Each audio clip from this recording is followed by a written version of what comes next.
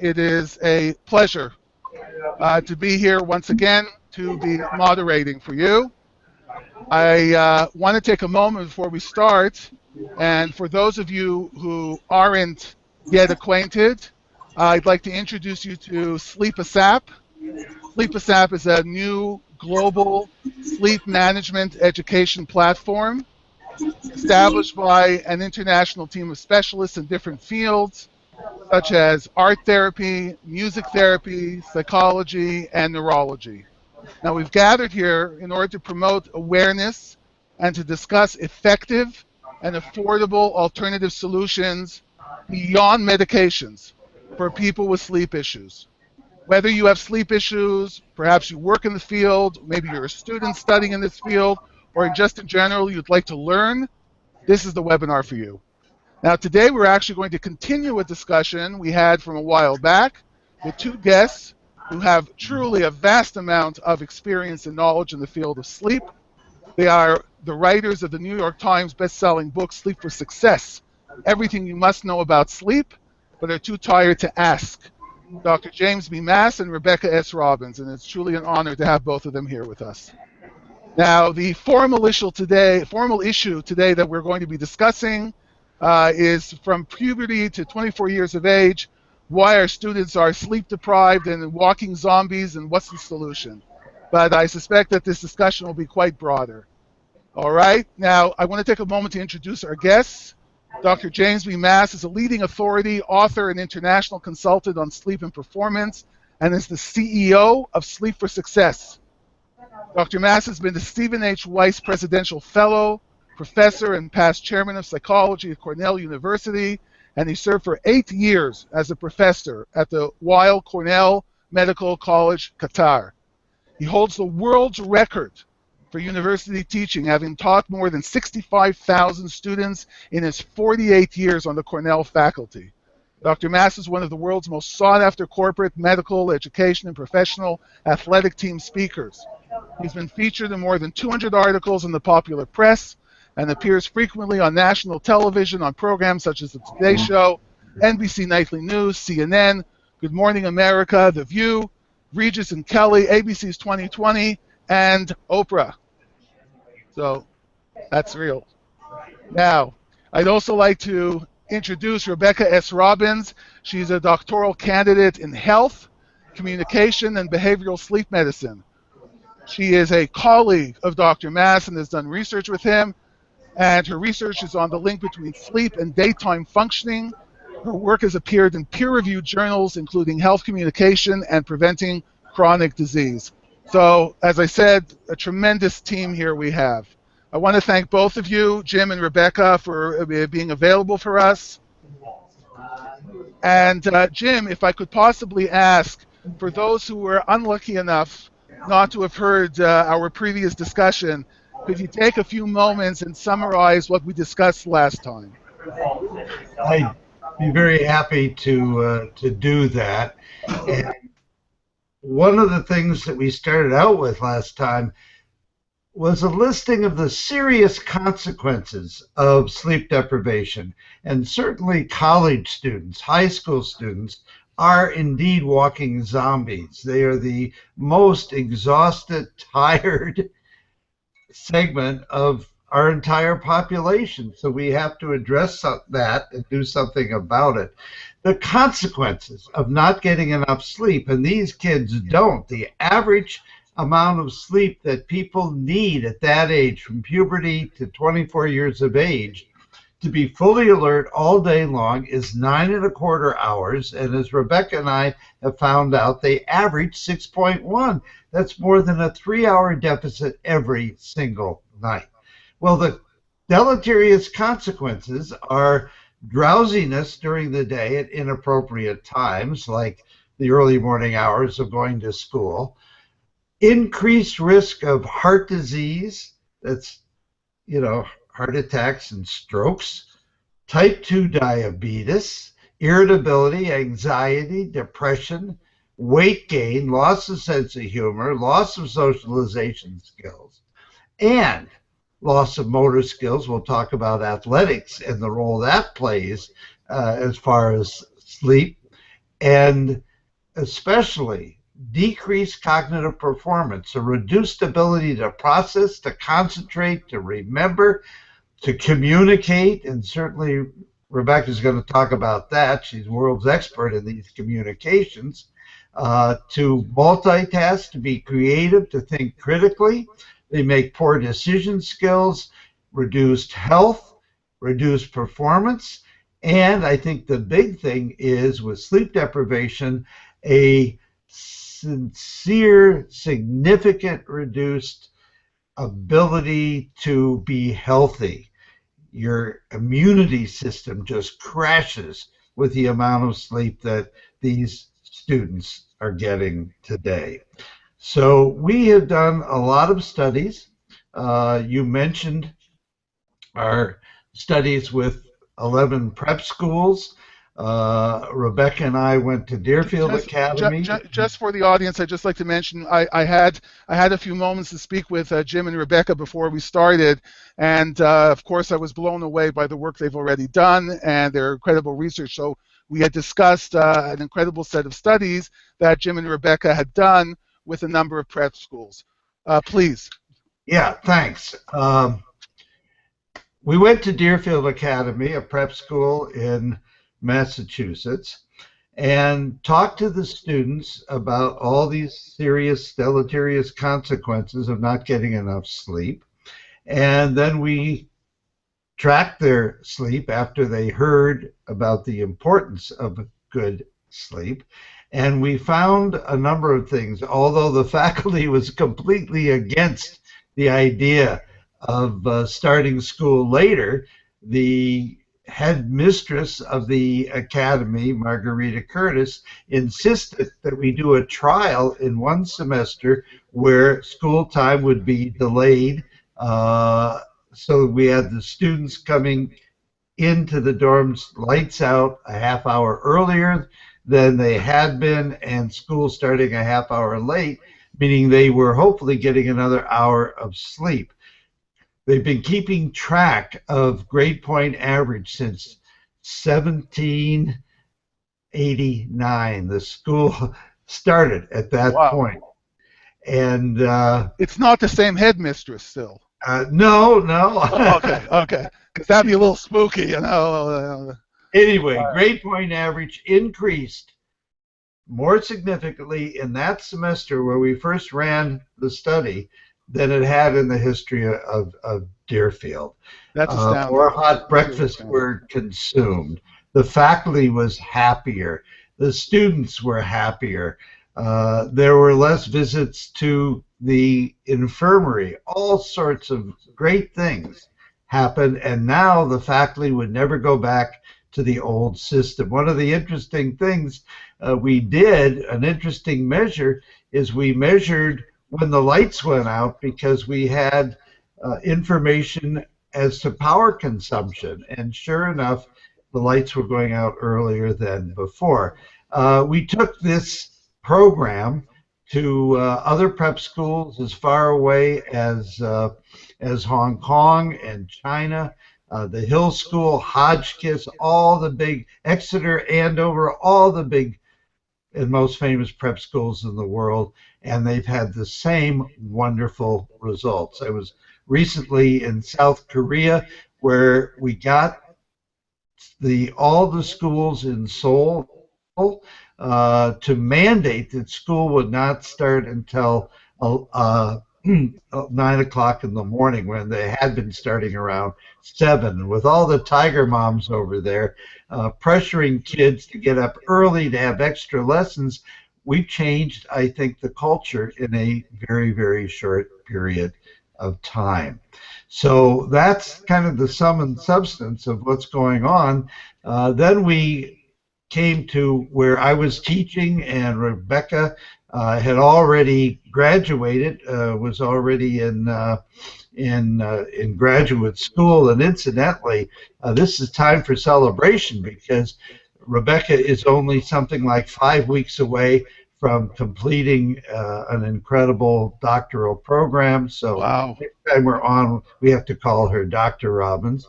And Rebecca, she's very you can start today. I'm more than happy. No problem. Yeah, she's very modest about these things, but has no right to be modest. She's absolutely fabulous.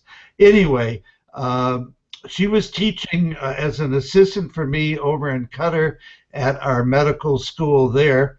And at Cornell and in Qatar, we had 450 undergraduates listen to sleep lectures, and we used a device called Zio, which measures every second of your night. It is done by putting a headband on our subjects when they go to sleep, and this gadget remotely sitting on their nightstand measures when they actually fell asleep, how long they slept, how many times they were up, and gives us an IQ score for sleep. And this is an algorithm that tells us the quantity and quality of their sleep.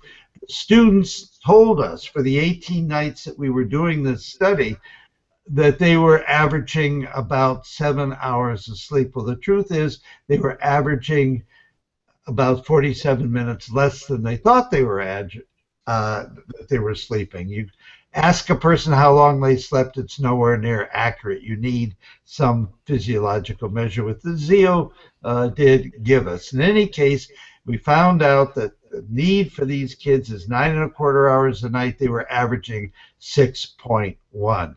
But we also found out that those people who listened to our lectures and adopted a longer sleep pattern, their grades went significantly up, as well as athletic victories. So that's sum and substance of what we've been doing. Wow, Rebecca, I'd very much appreciate your comments as well, and I'd like to ask you, what's your perspective on this, this change in attitude towards education, starting later, spreading across the world? Let's start with America, but spreading across the world. How long do you think it'll take? Has the message finally been understood by educators around the world? Well, in our research, we draw on theory and research from psychology to craft our interventions to promote healthier sleep. And we can understand, we can best target behavior change with interventions that address attitude change and changes in beliefs about our ability to control and get healthy sleep, actually implement the healthy behavior. So we take a variety of approaches in a way that consistently predicts a change in a trajectory towards healthier sleep. So in these interventions that Jim just mentioned, and the research we've done from boarding schools to the Cornell campus with the Zio device, we target these specific things like behavior change through three specific categories: attitude change towards healthier sleep, promoting control beliefs, our beliefs that we're able to that healthy sleep is within our reach, and then also belief that it's peak performers are getting healthy sleep. So we take kind of a multi-pronged approach in our educational efforts to promote these objectives, and consistently we do see positive results. And Jim mentioned all of the wonderful things we've been able to see in the adolescent population, and our work suggests that in many cases it's a big attitude change is the strongest and the most efficacious path to behavior change, by creating this link about the core competencies and the success that we're able to achieve by promoting healthier sleep. How long do you think it'll take until that message, starting later in the day, getting kids to focus on getting better sleep, how long do you think it'll take until all schools adopt it? Well, a lot of Jim and Maya's kind of life's work and calling is work among school systems. And Deerfield was a real exciting venture or intervention for us, because in that case, there are a lot less barriers to getting kids in the classroom a little bit later than they are now. So right now in the public school system, for example, in America at least, we have a lot of obstacles. Bus systems are set up and have been for many, many years. Understood. Teacher schedules. And so there are a lot of barriers that are outside of our control. And so our work is very focused on crafting the right message and really creating this link and the awareness between the quality and quantity of our sleep and our waking success the next day. And our research and others from our colleagues across the country show that if you can create awareness, so education is a really important piece, and attitude change, by empowering people with the information about the deleterious consequences that Jim touched on of sleep deprivation, but then also making this key link between the sleep that we get at night and our performance the next day, our athleticism, our ability to come up with creative and complex solutions to really challenging issues and problems in our working world lives, and then for our students in their studies as well. So when we can really make that link very strong, we see even a very high impact seminar can really create awareness about the importance of sleep. And then if we can create with even just 2 weeks of maybe giving folks some really cool devices that Jim will talk about in just a moment here to help folks track their sleep over the course of the program. So if we can couple tracking with education and attitude change, it's really powerful. And so my hope, and I know that Jim and I share this vision, is to create that link for the entire population to help students across the world and adults, of course, as well, across the population, understand that sleep is a necessity. It's not a luxury, and it's really key to our success in life. Brilliant. And so Absolutely brilliant. It'll happen soon. I'll keep you posted, Naheem. That's fantastic. I'm just going to take one moment for a technical issue. נדב, אני שומע קולות פשוט מאחורה. אתה שומע את זה גם כן? אם אפשר לבדוק את זה. All right. Jim. Jim, are you with us still? Yes. Great. Okay. No, we were having a slight technical difficulty. I apologize. It's not as bad as the emails that Hillary has to deal with, but nevertheless. So I wanted to ask you as a continuation. There was a mention right now by Rebecca about various devices, and you yourself already mentioned the Zeo. Now, I know there are a lot of devices out there doing all types of different things, and I would really appreciate if you could discuss what your impression is of these, what they do, what's the best one on the market, maybe what's the most appropriate. And I know also that you've done a lot of work with student athletes and sleep-related performance. Maybe if you could tie it into how they could use these devices, as a sample, as an example of how these devices can be used to study sleep and improve sleep. Sure, be glad to do Thank that. you. As I mentioned, asking a person how much sleep they're getting or the quality of their sleep is very subjective and it's not a good predictor. Now, there's a gazillion devices on the market, the Up, the Fitbit. Most of these devices you wear on your wrist and they measure movement. The problem with that is all of these devices make the assumption that if you're not moving, you're asleep, or if you are moving, you're awake. That is a totally false assumption. The only way to accurately measure sleep is with an array of up to 14 electrodes, not shocking electrodes, but electrodes that measure brainwave activity, placed on the head. This is what we do in the lab. That's the gold standard. And very few, if any, of these actigraphy devices measure accurately as opposed to the gold standard. Well, there's some new devices out right now that are coming out that are very exciting. The iWatch that Apple developed, and I was part of that team, at first... You were part of the team that developed the sleep part of the iWatch? I was a consultant to the iWatch team, yes. You realize that elevates you to mega cool status. And the problem is that we attempted to measure brainwave activity so we could give a measure of sleep, an accurate one, and we were unable to achieve that as of now.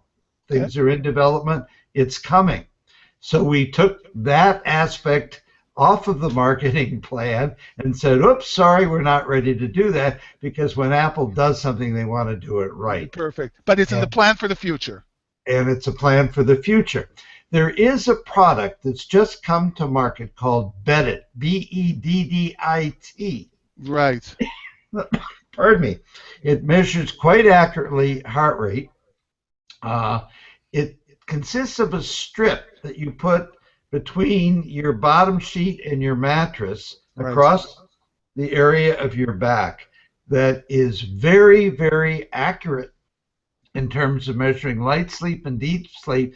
We're about to come out with a new algorithm that is incredibly accurate. That'll be out at the end of June. And that's a device we can look forward to getting a really good measure of sleep, just short of having the sleeper have to wear something. So if I can just ask then, how accurate are you hoping, or do you see these devices becoming relative to a full-on sleep lab? The one that you've been consulting on for Apple, the bedded device, how close do they come? We're getting very, very close right now. There are some other devices. A brilliant sleep researcher wore about 6 devices on his arm and compared that the very same nights to his sleeping in the lab with the array of 14 electrodes, and found that the most popular on the market of these devices was the least accurate. And even some of the clinical ones, like the ActiWatch, was not very accurate at all. But the new ones are indeed much better. That's not to denigrate the use of these devices, because people are now, for the first time, paying attention to their sleep. People love data, and these things pour out all sorts of data. The problem is the data is not accurate, but it does call to mind for all the people that are concerned about their health the factor of sleep. And the problem with the exception of bedded, all the devices on the market today is they tell you what a good or a lousy night's sleep you've had, but they don't tell you what to do about it. There's no sleep education, which is a real bummer. So Rebecca and I are spending our professional lives telling people, okay, here's how to measure it accurately, your sleep, and here's what to do about it. So we go around the world giving lectures, consulting. Rebecca is right now building a business that goes well beyond the lectures. It gives one-to-one counseling for employees or students or whatever who need to be told what to do, what the problems are in using those devices. Now, very quickly to the athletic component.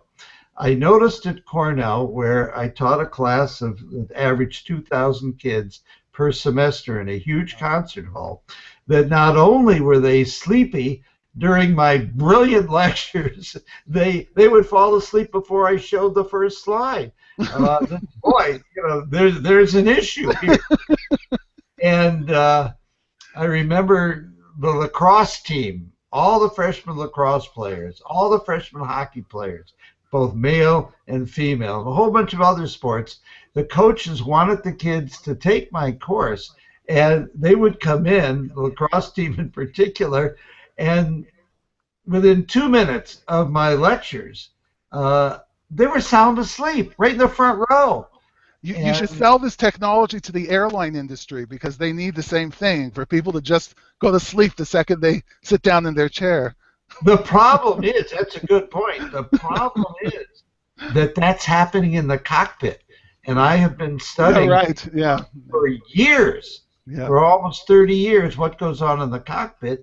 And my youngest son and his wife are both major jet pilots. Wow.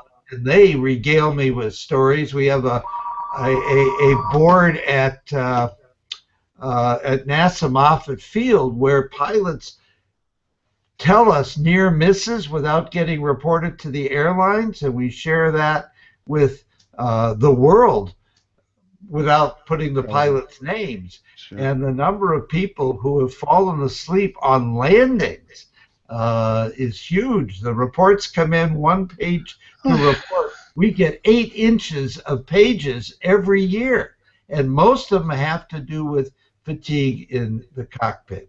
And we've done a lot of studies now on jet lag and its effect. That's for another program. In any case, these lacrosse players, we gave them a challenge. We measured their sleep, and in that sport and all the other sports we've worked with, we've seen significant improvement in athleticism. There's something that happens between the 6th and 8th hour of the night called sleep spindles, where a rush of calcium into the motor cortex binds all the skills you need, like swinging a golf club, a slap shot in hockey, into an instant motor response and motor muscle memory. And by extending our athletes' sleep by an hour or so, they get these sleep spindles in the motor cortex. And their athleticism literally overnight gets better. Real quickly, case history. Wow. A young lady, 15 years old, trying to be an Olympic figure skater, but is frustrated. She wants to quit because she's not getting any better. She had the finest skating coach in North America, the finest sports psychologist in the world. Nothing was doing any good. Both of her parents were my students 35 years ago at Cornell, major athletes themselves. They called me, "Would you talk to our daughter?" And I said, well, I'd be glad to. And I found out that she, like all professional swimmers and figure skaters, were doing 2 a day. She was getting up at 4 every morning, going to the rink at 4:30, skating 2 hours, having breakfast, going to school, back at the rink at 4 in the afternoon, another 2 hours, averaging about 5 hours of sleep, getting no sleep spindles in her motor cortex. Make a long story short, she adopted our technique, no longer showed up in the morning for morning skate, got 9¼ hours of sleep every night, was banished from one end of the rink where the Olympic hopefuls were practicing because they thought she was a joke because she wasn't skating twice a day. Well, she went to the Olympics in Salt Lake City, 2002. What did she do? She won the gold medal. That's Sarah Hughes. We've been doing this with high school students. I'm missing something here. I apologize. I'm going to jump to Rebecca for a moment. Rebecca, sure. I don't get it. You know, you guys are talking about incredible positive effects on productivity. The kind of stuff, I'm going to be very honest and straight with you.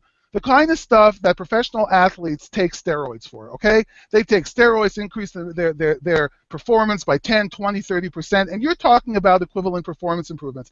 I'm going to throw in one personal note. I used to do it very recently. I used to powerlift. My son is a football player. We used to train together, and one of the most important lessons I learned over the years, and I transmitted to him, was, interestingly enough, I said, you have to get enough sleep. Your muscles don't grow when you're training. They grow when you're resting.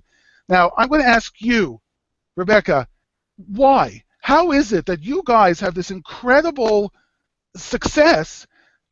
We're talking about Olympic stars, and it's like the best kept secret. I'm not hearing you. I'm not hearing you, Rebecca. I'm not hearing you. Thank you. Perfect. Sorry, there you are. I was muted Perfect. somehow. We couldn't agree more. And just getting healthier sleep, and we're not talking about lying around in bed for 8 or 9 hours. We're talking about deep, efficient rest. And we do that with simple changes to our everyday lives. And Jim and I, in our work, we distinguish between the healthy sleep habits that we keep over the course of our lives. We break them down to 4 things. Number 1, find your personal sleep need and meet it every single night. Most adults, it's between 7 and 8 hours, but for teenagers and college students, the topic of this webinar, it's closer to 9, maybe 9¼ hours of sleep at night is their personal sleep need. So number 1, find your sleep need. Number 2, keep it consistent. If nothing else, fall asleep and wake up at the same time. And especially if nothing else, waking up at the same time. And now we're all guilty of looking at sleeping in as this luxury and something that we, it's how we catch up, it's how we get by. But all of the research, and our research and that of our colleagues, suggests that when you keep inconsistent schedules, the quality of your sleep and your ability to fall asleep itself diminish. So consistent sleep, number 2. Number 3, sleep in one long block. Don't chunk it up. So when Jim and I were speaking to Google, we had a couple interesting questions from engineers, folks who were like, what about, I have to be creative in short bursts. So if I sleep for an hour and then up for 2 and then sleep for another hour. But no, because REM actually doubles one of the most important phases of sleep for our cognition, our memory, our ability to think, creatively and in complex ways, is cumulative. And each period of REM doubles in duration. So to have the benefits of really efficient, deep rest, you do need to keep it consistent. So that's find your personal sleep need, keep it consistent, sleep in one long block. And then the last is make up for lost sleep. So whenever you do find yourself having a night of shortened sleep, make sure to get in a nap the next day and get right back to your normal schedule. So those are 4 of our Right. general lifestyle, How do you get that message out? How do you get that message out to everyone? Now, those are the 4 strategies that are good for all of us to keep. But the other things that Jim and I do a lot of work on are small little changes over the course of our day. And healthy sleep actually starts as soon as you wake up in the morning. So what we eat actually plays a big role in the quality of our sleep. The old adage from the nutrition literature says a really big breakfast, a healthy lunch, a hearty lunch, and then a light dinner. So a breakfast of kings, a lunch of princes, and a dinner of paupers. And that holds up from a sleep perspective. So keep dinner light. So nutrition plays a big role. Avoid caffeine as best as you can, and get exercise. For all of us, it's a really important part because exercise releases endorphins, mood elevators, and that reduces some of the stress that can get in the way of your healthy sleep. Other things are unplugging from electronics to avoid that blue light that gets into your eyes from the screen and can just disrupt your sleep at night. Start a bedtime ritual. So right before bed, do something that's relaxing.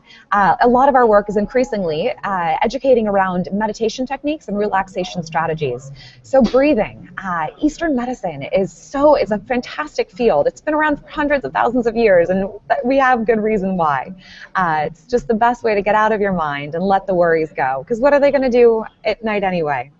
So those are some of the strategies and the good sleep habits that we educate about in our seminars. And when people make these small changes, and we're not talking about, big, huge nutrition overhauls of our nutrition regimen or a huge exercise regime, but it's these little small behavioral changes. And the key to our work is educating, making the link between these little changes and outcomes. So being a better student the next day, jumping a higher hurdle the next day, doing a little bit better in your athletics. And these small changes, it can be tremendously powerful. Just try it. What do you have to lose is one of our biggest messages. No, it's brilliant. It's absolutely, as I said, I'm blown away by these numbers. They really are, illegal. That's how powerful they are. Jim, let me come back to you after these additional points. And if you were going to summarize for young students and for this age group we've been talking about, what would you say is their best approach to improving their sleep? I appreciate you've detailed all the components and so on, but sometimes it's hard for younger people to plan. That's part of being young and wild and so on. So what do you say to very young people? How do you frame the message? That's a wonderful, wonderful question. Thank you.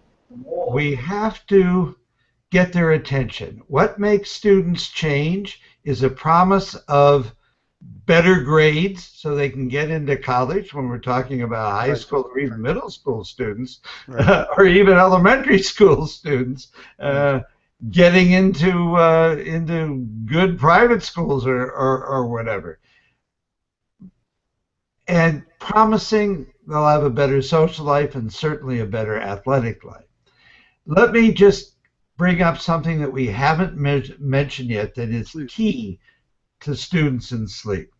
Chuck Siedler at Harvard discovered it just a couple of years ago that the teenage brain is set to go to sleep preferably around 2 to 3 o'clock in the morning and set to wake up about 11 o'clock in the morning. Interesting. So here are students coming to school 7:30, 8 o'clock in the morning in the middle of their circadian night. We are talking to them in their sleep. We have their bodies in the classroom, but their brains are back on their pillows because they have something called delayed sleep phase syndrome, meaning that their biological clock is such that they don't get sleepy until late at night. The reason for that is that the growth hormone in this age group is being secreted around midnight, which is fine and good. We need that growth hormone. But at the same time, it suppresses the flow of melatonin. So when you do try to go to sleep and you turn off the lights at 11 at night or midnight, you're not sleepy. You're kind of wide awake. And in the morning, if we try to get you up at 6:30, 7:30 to go to sleep, we can't do it because that's in your deepest sleep. I've had school superintendents, before they hear me or Rebecca lecture, they say, oh, we teach all the AP classes, all the important science classes, first thing in the morning while the kids are most alert. That's when they're most asleep. So we have to encourage this later school start time, which Rebecca and I are doing all over the world. So people have to be cognizant of that. But there is a workaround when school boards refuse, because they don't know the data, to have later school start times. They give excuses about bus schedule. It's all nonsense. We show them fMRIs of brain activity when students are doing SAT problems. And 6.5 to 7 hour sleepers, there's nothing going on in the brain. The neurons aren't firing. It's amazing. Give those students 1 extra hour of sleep and suddenly the brain begins to function again. That's pretty darn good evidence. But in the meantime, there is a gadget called Lightbook, Litebook, which in the new version called the Lightbook Edge is about the size of an iPhone. And it has 50 daylight spectrum bulbs in it. And if you put it 2 feet away at a 45-degree angle, as soon as you wake up in the morning for 15 to 20 minutes, it changes your biological clock so these night people, these students, become morning people. They're wide awake in the morning and they get sleepier early at night. It really is a godsend. We're using it for everything from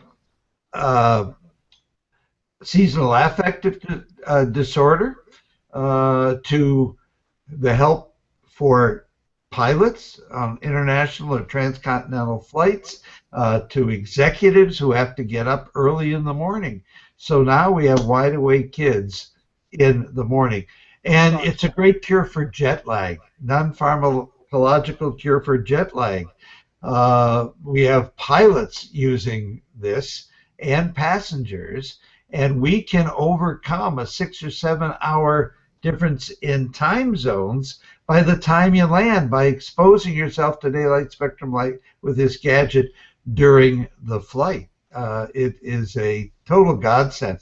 I took the Canadian men's Olympic team to Sochi this year, and they had to cross 11 time zones, which meant that it would take normally 11 days to adapt to Sochi time.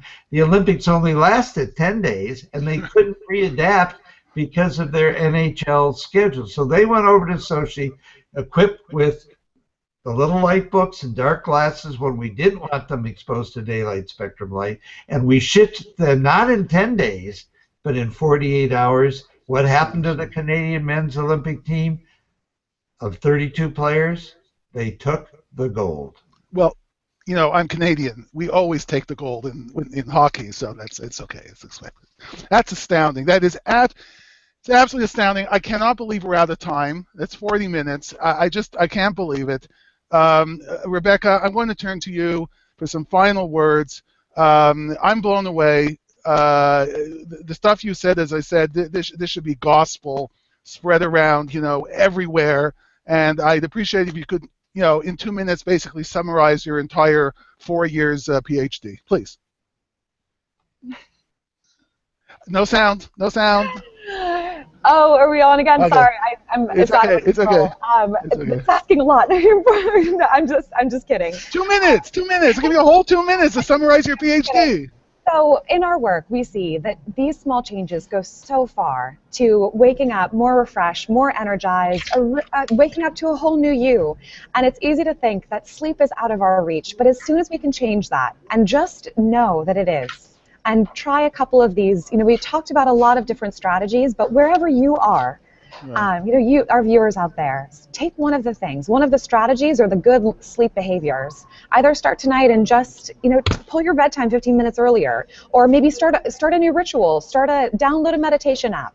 We all have to start somewhere, but my message to you all, and our message is sleep it's within all of our reach. And so start tonight, and we guarantee if you can add it maybe up to a full hour, if you're sleep deprived and cutting your sleep short, you will absolutely be amazed. Listen, again, I cannot thank the two of you enough. You guys have been absolutely amazing. With all, I want to say to you, Jim, I mean, the work you've been doing, I mean, it's every moment you tell a story, I mean, it's you've transported us around the world and all the things that you've done and the work you've been doing with all of the Olympic teams and so on. These are absolutely amazing. Rebecca, again, I would love to hear a lot more details about your PhD. I can only imagine how fascinating it is. So I very much hope that you two will find time to speak with us again in the future when you're not out saving the world. All right? Very kind. We would be delighted. Thank you so much for your time. Thank you for your time. Thank you, Jim, Sleep so much well. for your time. Thank you. Sleep well. Jim, thank you so much for your time. It has been absolutely tremendous. Yeah, are you able to put our book, Sleep for Success, on the website, and also the new one on athletics called Sleep to Win that I wrote with Haley Davis? Well, I'll speak with the team. I don't see any reason why not. I'll speak with the team and ask them to do so for sure.